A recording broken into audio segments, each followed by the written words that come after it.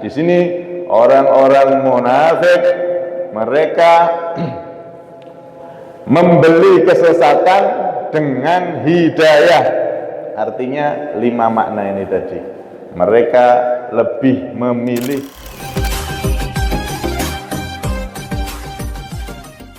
Bismillah walhamdulillah.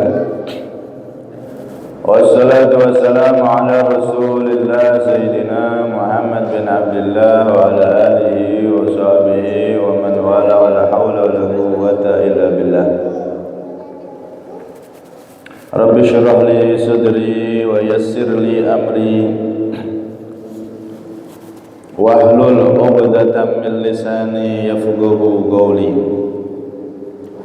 Saddid lisani wahdi qalbi bihaqqi sayyidina Muhammadin nabi sallallahu alaihi wasallam. Astagfirullahaladzim ya ahla dargi wa ya ahla al-batin wa ya ahla nubati wa ya ahla nur. Amma ba'd. Jamaah semuanya yang dirahmati oleh Allah Subhanahu wa taala, alhamdulillah.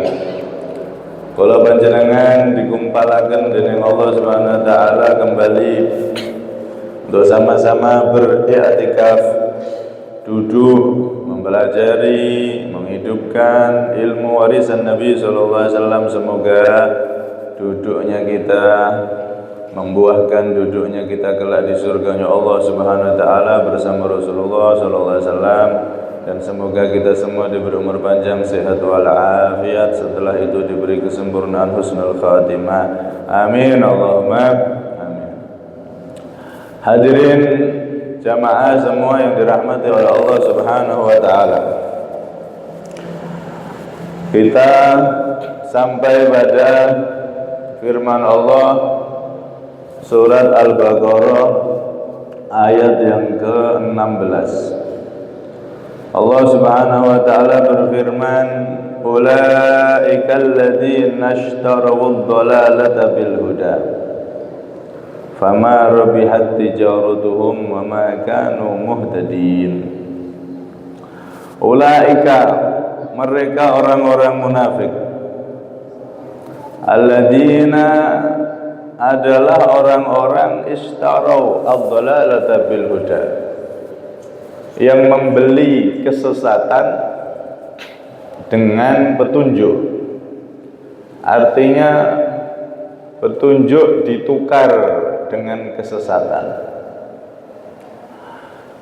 Maka ibarat orang jualan, fama rabihat tijaratuhum, tidaklah beruntung, ora bati, tidaklah beruntung tijaratuhum, dagangan mereka, wa ma kanu muhtadin, dan mereka tidak menjadi orang-orang yang mendapatkan petunjuk.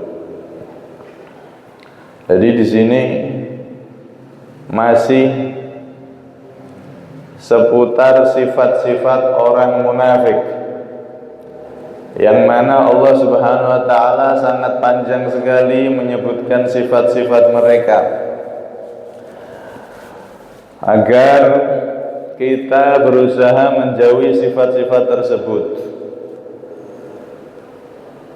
sehingga kita tertulis menjadi hamba-hamba Allah yang benar-benar beriman sempurna, taat kepada Allah Subhanahu wa taala. Jadi di sini Allah mensifatkan orang-orang munafik itu orang-orang yang membeli kesesatan dibayar dengan hidayah petunjuk. Ibarat uang tuku niku bayarane niku kan duit nek zaman sekarang. Kalau orang zaman dulu jual beli itu enggak pakai uang. Kebanyakan zaman dulu malah tukar menukar, barang dibayar dengan barang, alias istilahnya barter. Niku zaman riyin, karena keuangan uang yang dicetak belum ada atau masih terbatas, masih sistem barter, tukar menukar. Nah, inilah yang dimaksud dalam ayat ini. Orang-orang munafik itu menukar hidayah dengan kesesatan. Maksudnya apa kok menukar? Membeli kesesatan dibayar dengan hidayah. Maka para ulama tafsir ini ada 5 makna. Makna yang pertama, mereka sebagaimana dikatakan oleh sahabat Qatadah radhiyallahu anhu, beliau mengatakan, wallahi qad ra'aitumuhum kharaju minal huda ila dhalalah. Demi Allah, kata sahabat Qatadah, kalian telah melihat orang-orang munafik di zaman Nabi. Beliau ngomong sama teman-temannya, demi Allah mereka telah keluar dari hidayah menuju kesesatan. Maksudnya apa? Pertama, minal iman ilal kufri. Mereka keluar dari iman menuju kekufuran. Lebih memilih kekufuran daripada keimanan. Itu sifat orang-orang munafik. Kalau zaman sekarang yang sering terjadi di masyarakat itu gara-gara cinta, belo-beloni cinta sama yang dicintai, akhirnya dia yang Islam pengen nikah sama pacarnya, Islamnya dibuang, ngikuti yang dia cintai. Ini sifat-sifat orang munafik. Tapi nggak boleh kita pakai untuk nembak orang.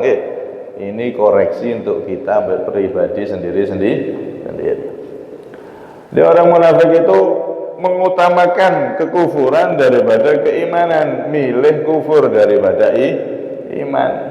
Padahal iman ini ibarat ra'sul mal, modal utama kita untuk bisa masuk surganya Allah ya dengan iman. Orang kalau tidak beriman maka tidak akan pernah bisa masuk surga. Ini yang pertama. Makna yang kedua, minat ta'ati ilal ma'siyah. Mereka keluar dari ketaatan menuju kemaksiatan. Sifat orang munafik itu cenderung lebih hobi, lebih seneng, lebih milih maksiat daripada taat. Enten pengajian, misal tahun baru, atau peringatan 17 Agustus misal, atau yang lainnya. Ada pengajian, ada joget-jogetan. Nah, ini kalau orang yang hatinya lebih dominan sifat munafik, dia lebih senang ke majelis-majelis, tempat-tempat yang di situ lalai kepada Allah Subhanahu wa taala. Enak pengajian, kalau enak sing joget-joget, milih ndi? Nek cenderung kita milih kepada pengajian, oh alhamdulillah, berarti keimanannya lebih kuat daripada sifat nifak atau munafik yang ada di hati. Karena setiap manusia itu kan punya bibit iman, punya bibit munafik. Setiap orang yang beriman itu punya 2 bibit itu. Mana yang lebih kuat itu yang dominan. Sifat-sifat orang munafik mengutamakan kemaksiatan daripada ketaatan. Ibarat orang jual beli, ketaatannya dibeli dengan kemaksiatan. Rasul SAW dalam salah satu sabdanya mengingatkan kepada kita, idza stahallat ummati khamsan fa'alaihimud dimar. Ketika umatku sudah menghalalkan 5 perkara, fa'alaihimud dimar, maka mereka akan mendapatkan kebinasaan, kehancuran. 5 ini kalau sudah ada, maka siap-siap turun bala, siap-siap turun musibah dan lain-lain. Yang pertama apa? Idza dhaharat tala'un, ketika sudah tampak jelas at-tala'un, saling melaknat, saling mencaci. Sekarang kan udah mulai nyaci golongan sana, golongan sini, Yahudi, keturunan Yahudi lah. Nah, saling caci-caci, saling melaknat. Ini kalau sudah biasa dilakukan oleh umatnya Nabi, hati-hati. Lampu merah pertama ya. Peringatan pertama itu. Yang kedua, ketika minuman keras, narkoba dan lain-lain yang sejenisnya itu sudah diminum, dikonsumsi oleh umat Nabi Muhammad SAW. Narkoba, minuman keras sudah merajalela. Ini ya kaya wis iki sing nomor 2. Wala bisul harir. Yang ketiga, mereka memakai sutra. Yang laki-laki pakaiannya pakaian sutra. Kan tidak boleh laki-laki pakai kain dari sutra. Ada pembahasan dalam fikih, tapi panjang itu kalau dibahas. Kalau perempuan pakai sutra nggak apa-apa, laki-laki haram. Sama halnya emas, laki-laki tidak boleh pakai perhiasan emas, anting-anting kah, kalung kah, gelang kah. Kalau emas tidak diperbolehkan oleh Rasulullah SAW. Yang larang langsung Nabi. Hukumnya haram. Kalau perempuan boleh. Kemudian wattakhadul bainati, dan mereka umatku menjadikan penyanyi-penyanyi perempuan yang buka auratnya di depan para laki-laki. Wah, niki wis marah iki. Kadang kita itu ndak ngeh nikahkan anaknya atau nyunatno anake khitan nggih. Nikahan, khitanan atau acara-acara apapun. Nah, ini kadang-kadang, bukan kadang-kadang, sering didatangkan perempuan-perempuan yang buka aurat di depan para laki-laki, bernyanyi di depan para laki-laki. Nah, ini koreksi ini untuk kita ya.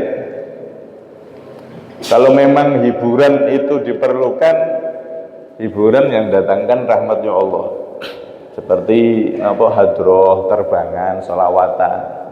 Saat ini lah ya akeh ibu-ibu sing duwe grup-grup sholawat. Kalau nikahan, punya hajatan, ngundang sholawat mawon, biar tambah berkah. Karena nikah itu ikatan suci, pakai aturannya Kanjeng Nabi. Maka nak pengen berkah, cara merayakannya juga pakai aturan pun Kanjeng Nabi. Nikahnya pakai aturan Kanjeng Nabi, tapi cara merayakannya malah ngundang yang tidak mendatangkan keberkahan. Ya. Makanya di daerah kita ini semoga nanti berubah, sedikit demi sedikit bisa berubah. Karena ini disebutkan oleh Rasulullah wattakhadul qainat, bukan berarti nek wong hajatan nikahan nanggap sing gak genah-genah itu berarti dia munafik. Enggak, kita enggak boleh nuduh seperti itu. Munafik itu kan hati, urusan hati. Oke. Ini cuman sifat. Sifat itu kadang iya, kadang tidak. Contoh, jenengan lihat dari belakang ada orang rambutnya panjang lurus. Ini kan sifatnya perempuan. dingeti sangka adoh saka mburi ya perempuan yang rambutnya dawa. Lah kok pas dicedhaki simpangan lho brengose kuandel ternyata laki. Ini yang disebutkan ini sifat-sifat orang munafik, cuman kita nggak boleh nuduh orang, oh kamu berarti munafik, enggak boleh. Ini untuk koreksi pribadi masing-masing. Kadang-kadang orang itu belum paham atau kadang-kadang nggak ngeh, ya.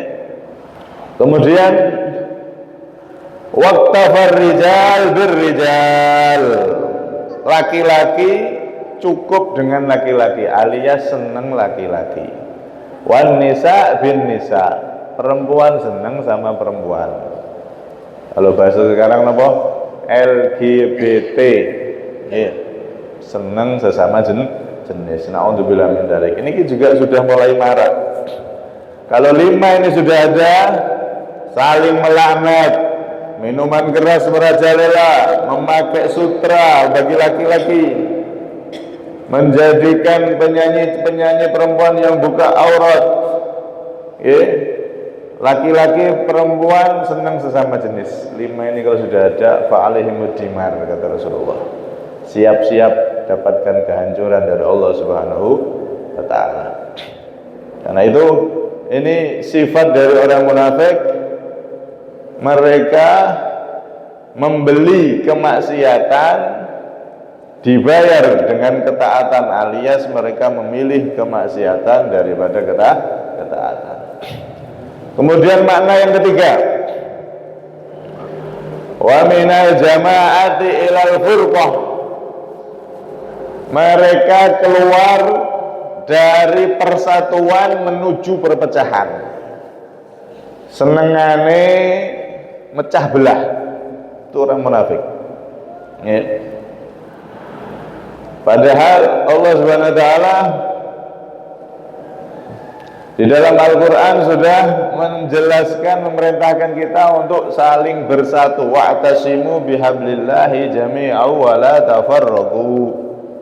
Berpegang teguhlah kalian dengan tali agama Allah semuanya, jangan bercerai-berai.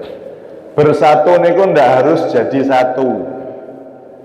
Bersatu itu nggak harus menjadi satu, nggak harus jadi kembar, itu ndak. Tetap beda-beda, cuman saling menghormati. Nggak harus jadi siji. Biarkan sesuai dengan jenisnya masing-masing. Ada laki-laki, perempuan, bersatu. Rumah tangga, ya, yang laki-laki nggak harus jadi perempuan toh. Yang perempuan nggak harus jadi laki-laki toh. Saling menghormati hak. Itu namanya bersatu. Ormas ini, organisasi itu bersatu, saling menghormati. Ini namanya persatuan. Saling menghormati dan tidak saling mengganggu. Nek menghormati biasanya sudah, tapi kadang-kadang ganggu. Baik ganggu secara langsung atau ganggu secara tidak langsung. Sukanya mecah belah, menimbulkan perpecahan di antara umat, di antara golongan, di antara ormas dan lain-lain. Ini sifat orang munafik. Rasulullah SAW dalam salah satu sabda menggambarkan bagaimana setan itu sudah putus asa untuk menggoda orang-orang yang beriman agar disembah niku putus asa. Tapi ada satu cara setan yang sampai sekarang, dari zaman Nabi sampai sekarang masih dipakai, yaitu apa? At-tahris bainahum, mengadu domba, memecah belah persatuan kaum muslimin. Makanya jangan sampai kita punya sifat seperti ini, suka memecah belah di antara umat Islam. Dulu itu ada kaum suku yang namanya Aus, terus enten musuhnya yang namanya Khazraj. Dua suku ini awalnya dulu saudara sekandung.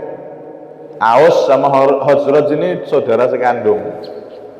Terus terjadi percekcokan, tukaran. Dua saudara ini tengkar sampai punya anak cucu, sampai cucunya banyak jadi satu suku. Jadi dua suku yang sebelah sini juga jadi satu suku, jadi dua suku, keturunan dari Aus sama Khazraj. Yang tak lain adalah saudara kandung. Goro-goro saudara kandung ini tengkar, saanake ikut tengkar, sak putune tengkar, terus dilestarikan itu permusuhan sampai berjalan 120 tahun permusuhan itu. Suku Aus dan suku Khazraj, berapa turunan itu? Pitung turunan lebih mungkin 120 tahun musuhan saja. Akhirnya datang Rasulullah, disatukan sama Nabi Muhammad SAW, kembali damai lagi. Jadi sahabatnya Rasulullah SAW. Nah, karena itu jauhi sifat suka mecah belah. Terutama kalau pas ada pilihan-pilihan itu, nah, itu dianggap mainan biasa mawon. Milih A karemu, milih B, milih C, terserah. Anggap mainan aja itu, nggak usah tengkar. Kemudian makna yang selanjutnya, yang keempat, kan ada 5 makna tadi. Minal amri ilal khauf. Sifat-sifat orang munafik itu mereka memilih al khauf. Kalau bahasa sekarang itu mereka menjadikan keadaan tidak kondusif, nggak aman. Itu sifat-sifat orang munafik, menciptakan suasana yang tidak kondusif, yang tidak aman. Padahal keamanan suatu daerah, keamanan suatu negeri itu kan nikmat besar itu. Kita diberi negara yang aman seperti Indonesia, itu nikmat paling besar itu setelah iman Islam. Bahkan Nabi dalam hadis sebutkan, man asbaha aminan fi sirbih mu'afan fi badadih indahu qutu yaumih faka'annama hizat lahud dunya bihadafiriha. Barang siapa dia itu dikasih aman oleh Allah fi sirbih, dalam komunitasnya, masyarakatnya. Kalau bahasa sekarang, negaranya, daerahnya aman, bukan zona perang seperti di Palestina sampai saat ini. Masya Allah, mereka orang-orang Palestina, orang-orang Gaza sampai detik ini masih dibombardir terus oleh Zionis Israel. Mungkin kita sebagian sudah lupa sama mereka. Sampai detik saat ini, Pak, niku tesih dibom terus sama Israel sampai hari ini, sampai detik ini. Semoga mereka diberi kekuatan kemenangan oleh Allah. Amin Allahumma amin. Nah, kita yang dikasih negeri yang aman, daerah aman, ini nikmat besar. Satu itu, kalau dikasih aman daerahnya, aman negerinya. Nomor 2, badannya sehat. Terus nomor 3, dia punya makanan di hari itu. Apalagi kok punya makanan di bulan itu, apalagi kok punya makanan setahun itu. Walah, aman negerinya, badannya sehat, di hari itu punya makan, maka bahkan nama hizat laudun ya bihadafiriha, itu bagaikan orang yang dipegangi dunia seisinya, kata Rasulullah SAW. Wes niku wes nikmat besar kayak orang megang dunia. Amannya negeri, amannya daerah tuh nikmat besar. Di Palestina perang, ten Amerika sana rawan rampok, ten barat niku lho ya rawan rampok, ada orang dirampok, sak rumahnya dirampok, bendino rampok niku. Kriminal itu tiap hari. Nah, di Indonesia ini alhamdulillah walaupun ya ada, cuman sampai genting, sampai ngeri mencekam itu kan enggak. Alhamdulillah kita dikasih negeri yang kondusif, yang aman. Nah, orang-orang munafik suka menciptakan keadaan-keadaan kondusif. Ya mungkin dia jadi begal lah, jadi inilah, jadi itulah, sehingga orang-orang tak takut. Ini sifat orang munafik seperti itu, menciptakan keadaan yang mencekam, ketakutan di mana-mana. Wah, lewat kono wae iku ning kono terkenal nek begal ning kono, wah bahaya jalan itu. Nah, orang-orang yang suka menciptakan rasa takut di satu tempat, itu sifat-sifat orang munafik. Na'udzubillah min dzalik. Nah, kemudian yang kelima, yang terakhir, wa minas sunnati ilal bid'ah Mereka orang-orang munafik itu keluar dari ahlus sunnah menuju ahlul bid'ah atau kesesatan. Memilih kesesatan, keluar dari ahlus sunnah wal jamaah. Nabi kan gambarkan umat Yahudi itu terpecah jadi 71 golongan. Umat Nasrani terpecah jadi 72 golongan. Wasataftariku ummati, kata Rasulullah SAW, kama qol, akan terpecah umatku menjadi 73 golongan, kulluha finnar illa wahidah, semuanya di neraka kecuali satu, yaitu ahlus sunnah wal jamaah. Ma ana alaihi wa ashabi, segolongan yang ngikuti aku, ngikuti sunnahku, sunnah itu ajaranku, dan ngikuti jamaah perkumpulan sahabatku.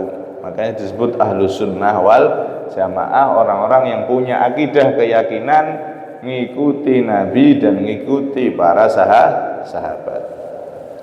Ahlus sunnah wal jamaah niku dikatakan oleh Sayyid Murtada Az-Zabidi, intinya adalah dalam tauhid, dalam keyakinan niku akidahnya ngikuti Al-Imam Asy'ari atau Maturidi, punya akidah wujud, qidam baqa, mukhalafatul hawadisi, 50 akidah itu, atau Aqidatul Awam. Kitab Aqidatul Awam itu rangkuman dari ajaran Ahlus Sunnah wal Jamaah. Barang siapa yang keluar dari Ahlus Sunnah Jamaah, maka dia terhitung golongan yang menyimpang. Dan yang menyebut menyimpang bukan kita tapi Rasulullah SAW. Kulluha finnar, semuanya di neraka alias sesat, kecuali satu golongan yang mengikuti alurnya Nabi Muhammad SAW dan sahabatnya. Karena itu termasuk keistimewaan dan khususiyah umat Nabi Muhammad itu, mereka ngikuti ahlus sunnah wal jamaah. Siapa ahlus sunnah wal jamaah itu? As-sawadul a'dham, golongan terbesar sedunia. Sedunia ini golongan terbesar itu golongan yang bagaimana? Ya sudah, itulah ahlus sunnah wal jamaah. Ciri khasnya yang paling inti, mereka nggak pernah mengkafirkan orang yang beda pemahaman. Ini ahlus sunnah jamaah. Jadi tidak pernah mau mengkafirkan orang, kayak itu kafir, itu bid'ah, kafir, syirik, tidak pernah. Tidak berani mengkafirkan orang. Tidak ada apa saya ngafirkan orang, saya aja amalannya masih kurang. Ahlussunnah jamaah itu tidak berani mengkafirkan golongan yang tidak sama, pemahaman yang tidak sama dengan mereka, nggak berani sama sekali. Menuduh kafir, menuduh di neraka, itu tidak berani. Itu ciri khas Ahlussunnah wal jamaah, mereka tidak mudah menuduh kafir kepada golongan lainnya. Lah kalau ada golongan merasa paling ahlus sunnah wal jamaah tapi suka mengkafirkan orang-orang lain yang beda pemahaman sama dia, itu bukan ahlus sunnah jamaah. Ahlus sunnah jamaah ciri khasnya satu, dia nggak mengkafirkan golongan lain yang beda pemahaman. Nomor dua, mereka jaga persatuan, menghormati perbedaan pendapat. Sahabat niku beda-beda pendapat, tapi nggak ada satupun yang mengkafirkan antara mereka. Tabiin beda-beda pendapat, tapi nggak ada satupun di antara mereka yang mengkafirkan sebagian yang lain, tidak ada. Sampai zaman sekarang. Ini dua ciri khas Ahlussunnah Jamaah. Mereka tidak mengkafirkan yang beda pemahaman dan mereka menghormati perbedaan. Tidak merasa paling benar sendiri. Nah, wis merasa paling benar dhewe sak dunia. Saya paling benar. Nah, ini jelas bukan pemahaman Ahlussunnah wal Jamaah. Karena itu intisarinya di sini orang-orang munafik, mereka membeli kesesatan dengan hidayah. Artinya 5 makna ini tadi. Mereka lebih memilih kekufuran daripada keimanan, mereka memilih maksiat daripada taat, mereka memilih perpecahan daripada persatuan, mereka memilih keadaan yang tidak aman, tidak kondusif, menciptakan keadaan yang seperti itu, ketakutan di mana-mana. Kemudian yang kelima, mereka memilih kesesatan daripada ajaran Ahlus Sunnah wal Jamaah yang mengajarkan persatuan, yang mengajarkan menghormati terhadap sesama orang yang mengucapkan la ilaha illallah Muhammadur Rasulullah. Ini semoga kita ditetapkan oleh Allah Subhanahu wa taala menjadi orang-orang yang mendapatkan hidayah, bukan orang-orang yang seperti orang-orang munafik, mereka malah membuang hidayah tersebut. Semoga kita semua diselamatkan oleh Allah Subhanahu wa taala. Amin. Allahumma amin. Kurang lebihnya minta maaf. Ada minni wal afa minkum.